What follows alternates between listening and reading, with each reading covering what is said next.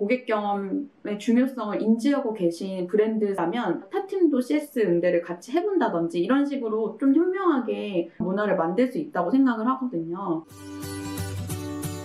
안녕하세요 여러분, 크스크스입니다. 오늘은 CS 매뉴얼에 대해서 한번 알아보려고 해요. 네, 맞아요. FAQ랑 CS 매뉴얼이랑 공통점도 있고 차이점도 있었는데요.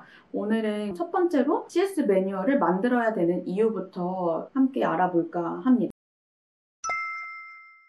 CS 매뉴얼을 만들어야 하는 가장 큰 이유 중에 하나는 바로 백업 문서용인 것 같아요. 특히 1인 팀인 경우에는 팀원이 휴가를 갈 때 다른 팀에서 대체 근무를 해주셔야 되는데 사실 주 업무가 아니기 때문에 업무를 바로 숙지하기는 어려울 수 있거든요. 이제 이런 매뉴얼을 통해서 업무를 대체해 줄 수 있도록 백업 문서를 만들어 주신 용이 가장 기본적인 것 같고요. 두 번째 같은 경우에는 아마 이 용도로 가장 많이 사용을 하실 거예요. 신규 입사자가 들어왔을 때 학습용으로 이용을 하시는 부분이 있더라고요. 맨투맨으로 들어오신 분들에게 붙어서 교육을 하면 좋지만 그렇지 않은 경우에는 읽을 수 있는 책자라던가 이런 매뉴얼이 있으면 많이 도움이 될 거예요. 그리고 1인 팀이 아니라 2~3명 이상이 일하시는 팀이라면 같은 가이드와 톤 앤 매너를 가지고 근무하시는 게 좋기 때문에 이런 CS 매뉴얼을 만들어주는 게 좋고요. 그리고 마지막으로는 어느 정도 내규를 정리해두는 용으로 해주시는 게 좋아요. 그냥 80% 정도는 정말 규칙적인 내용이 들어올 거기 때문에 이런 거는 내용으로 작성해 두셔도 좋고요. 간헐적으로 들어오지만 이슈 같은 경우에는 어떻게 대처하면 좋다? 이런 부분을 좀 플랜 B나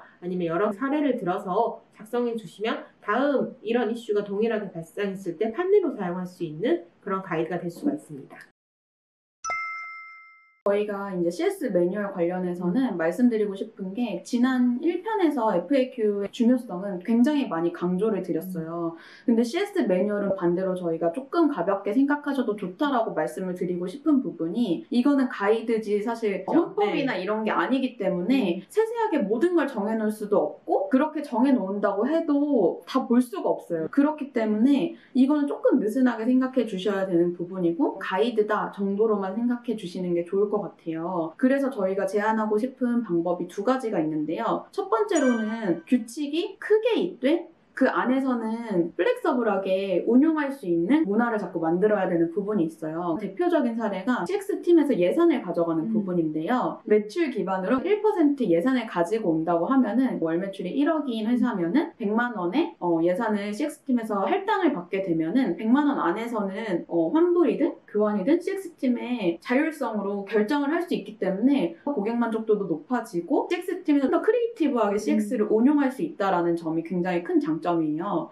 근데 거기서도 사실 규칙은 있잖아요. 1%라는 규칙이 있는 건 거잖아요. 그렇기 때문에 규칙은 있대 자율성도 보장받는다. 이런 방법이 사실은 더 좋은 거지 이럴 땐 이렇게 이럴 땐 저렇게 너무 디테일하게 가져가는 CX 매뉴얼에 착하지 않는 게 중요하다는 점을 말씀을 드리고 싶어요. 제가 다닌 회사 같은 경우에는 환불률을 추적해보니까 한 10% 내외로 정말 동일하게 나오더라고요. 어떤 달은 제가 저의 그 업무 목표로 환불률을 줄여보자 해서 환불률을 줄이는데 정말 주력해서 업무를 시간을 할당해서 했었는데 그래도 정말 1% 떨어졌었어요. 그래서 이거는 의미가 있는 일일까라는 생각이 좀 들더라고요. 저는 사실 책임과 권한을 많이 가지고 왔는데 환불을 10% 넘지 않는 선에서 환불에 집착하지 않았어요. 환불인 경우에는 단순 변심을 다시 바꿔줄 수 있다면 좋지만 그게 아니라면 빨리 털고 우리 제품을 더 많이 구매할 수 있는 고객에게 집중해서 저는 매출의 절대치를 높이자. 그럼 10%를 유지하더라도 내가 만약에 1억의 매출을 도움을 줄 수 있을 때 1억 2천까지 끌어올 수 있다면 1,000만 원의 환불은 감안할 수 있다. 이런 식의 조금 권한을 가지고 오면서 좀 유동적으로 업무를 했던 경험이 있습니다. 맞아요. 전통적인 CS 방식은 사실은 환불률을 줄인다든지 이쪽으로 조금 더 포커스가 되어 있다면 요즘의 CX 방식은 오히려 이런 방식이 더 맞는 것 같아요. 매출을 같이 늘려가는 방식이 더 맞지 환불률 관련해서 집착하기 시작하면 고객이랑 싸울 수밖에 없는 부분이 될 수 있거든요. 그리고 또 환불을 낮춘다에 그 포커싱을 해서 일을 하다 보면 일하는 사람도 스트레스를 정말 많이 받거든요. 근데 환불률은 딱 이 정도 넘지 않은 선에서 유지를 하되 내가 매출을 더 높이는 방향으로 노력을 하겠다라고 하면 저도 그게 더 뿌듯해서 더 열심히 일을 했던 것 같아요. 왜냐면 이 고객한테 내가 어떠한 정보를 제공했을 때 이 고객이 플랜 A 기본을 살려고 했다가 나와 대화를 하면서 조금 더 높은 업그레이드된 플랜을 구매하는 경우도 있었거든요. 네. 그렇게 매출을 높이는 게 훨씬 더 저한테 동기부여가 되더라고요. 네. 그래서 이런 방식으로 한번 권한과 책임 아니면 이런 규칙을 가지고 오시는 것도 좋습니다. 그리고 두 번째 지향점을 저희가 말씀드리자면 CS 매뉴얼에 너무 집착하는 것보다는 백문이 불여 일견이라고 하잖아요. 아까 전에 우리가 CS 매뉴얼을 왜 만드냐에 대해서 말씀드렸을 때 CX팀을 가르치는 것도 있고 1인 CX팀이라고 하면 휴가 갔을 때 누군가 다른 직원이 해주셔야 되고 이런 게 있는데 사실 매뉴얼을 세세하게 만들어서 드려봤자 그분은 본인이 원래 가지고 계셨던 일이 있을 거예요. 그렇게 매뉴얼을 세세하게 만드는 것보다는 회사 전체 문화에 타 팀도 CS 응대에 조금씩은 동참하는 거를 만들어가는 것도 되게 중요할 것 같아요. 이게 요즘에는 점점 더 가능해지고 있는 구조가 개발자라든지 마케터라든지 이런 분들이 점점 더 CS 응대에 조금씩이라도 참여하는 브랜드 사례가 굉장히 많이 늘어나고 있어요. 그리고 그런 브랜드들이 퍼포먼스가 너무 잘 나오고 있기 때문에 CX팀이 기본적으로 일들을 잘 해내시고 고객 경험의 중요성을 인지하고 계신 브랜드라면 이런 것들을 뭐 많이 요청하는 게 아니라 무슨 데이라고 정해가지고 이날은 CX팀이 도와드리면서 타팀도 CS 응대를 같이 해본다든지 이런 식으로 좀 현명하게 문화를 만들 수 있다고 생각을 하거든요. 게다가 시스템적으로도 요즘은 뒷받침이 되는 게 그 채널톡 같은 경우에도 제가 응대를 하다가 모르는 안건이 생기면 다른 분한테 토스를 할 수가 있는 그런 기능들이 많이 생기고 있어요. 그래서 매뉴얼을 너무 디테일하게 만드는 것보다는 이렇게 직접 CS 경험을 해보시는 문화를 만들거나 이런 룰 같은 경우에도 조금 전체 가이드만 딱 잡아주는 룰 외에는 좀 플렉서블하게 가져가는 게 너무 규모가 큰 기업이 아닌 이상 웬만한 기업들은 다 이런 부분이 더 잘 맞는다고 요즘에는 생각이 들더라고요. 그럼 이번에는 저희가 CS 매뉴얼 만드는 방법을 한번 알아보려고 하는데요. CS 매뉴얼은 가장 기본적으로 FAQ를 토대로 만들어 주시는 게 좋아요. FAQ와 톤 앤 매너 내용을 동일하게 하되 대신에 스텝이 조금 더 많아진다라고 생각을 해주시면 될 것 같아요. FAQ는 뭐 예를 들어서 제품이 배송 전 환불이 되나요? 이렇게 했을 때 환불이 됩니다. 이렇게 안내가 된다면 CS 매뉴얼에는 환불이 되면 어떻게 환불을 해줘야 된다까지 적혀 있다라고 생각을 해주시면 되거든요. 어느 정도 결을 갖게 하되 방법만 조금 더 구체적으로 적어주시는 게 좋고요. 그리고 이거는 가장 유의해 주셔야 되는 부분인데 장난스럽게 그 CS 매뉴얼을 만들어주는 회사가 있더라고요. 근데 그런 거는 절대적으로 비밀은 없다라고 생각이 들어요. 이러면 그 마인드가 결국에는 밖에도 티가 나는 것 같아요.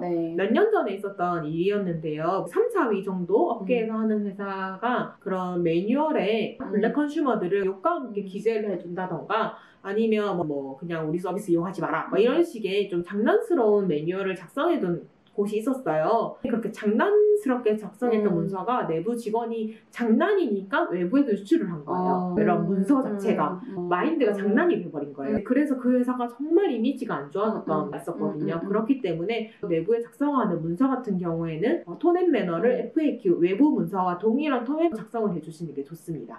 네, 두 번째는 너무 한 번에 완벽하게 만드실 생각을 안 하시는 게 좋아요.